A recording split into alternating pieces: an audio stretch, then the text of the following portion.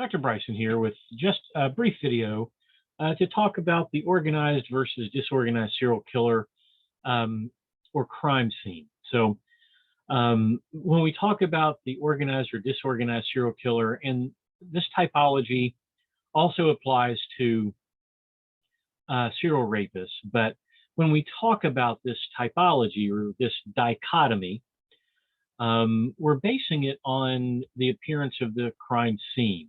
Is the crime scene or scenes, are they or is it organized or disorganized?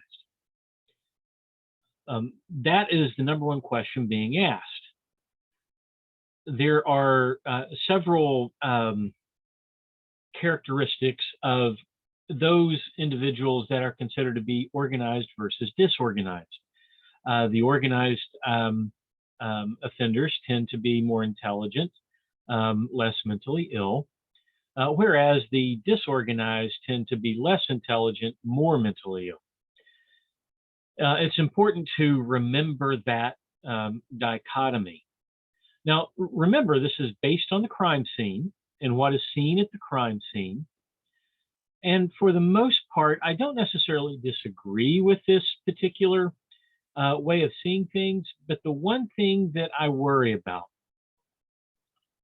is the confirmation bias and also the fundamental attribution bias.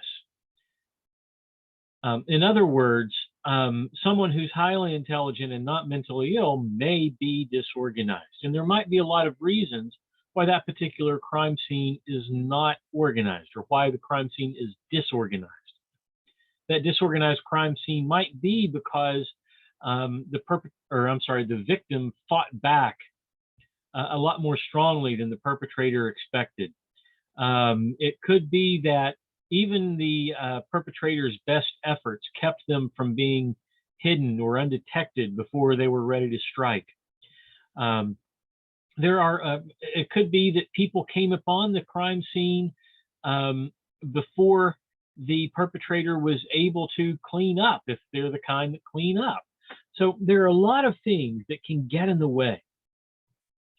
So remember that psychology, that all of these social sciences are soft sciences, that they give us usable information, but they're not giving us hard and fast conclusions.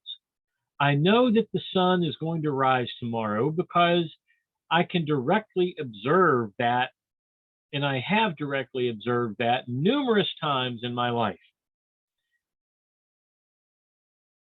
But the thing is, when it comes to the soft sciences, see, that's astrophysics, so that's in astronomy, so that was hard science.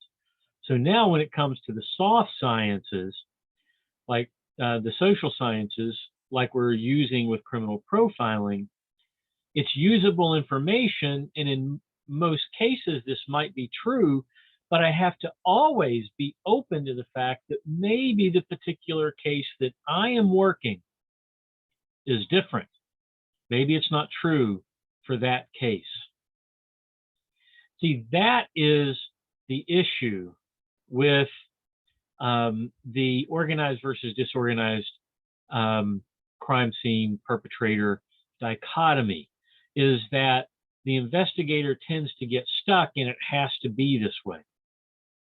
So that's fundamental attribution error. That's also confirmation bias based on the fundamental attribution error.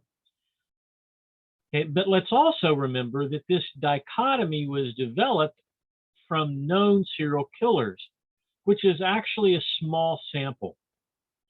And when we're doing research, a small sample does not a good conclusion make.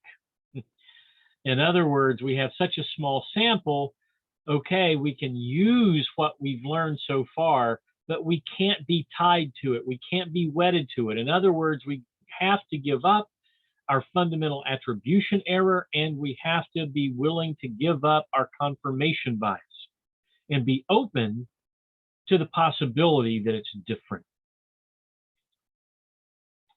We'll see you next video.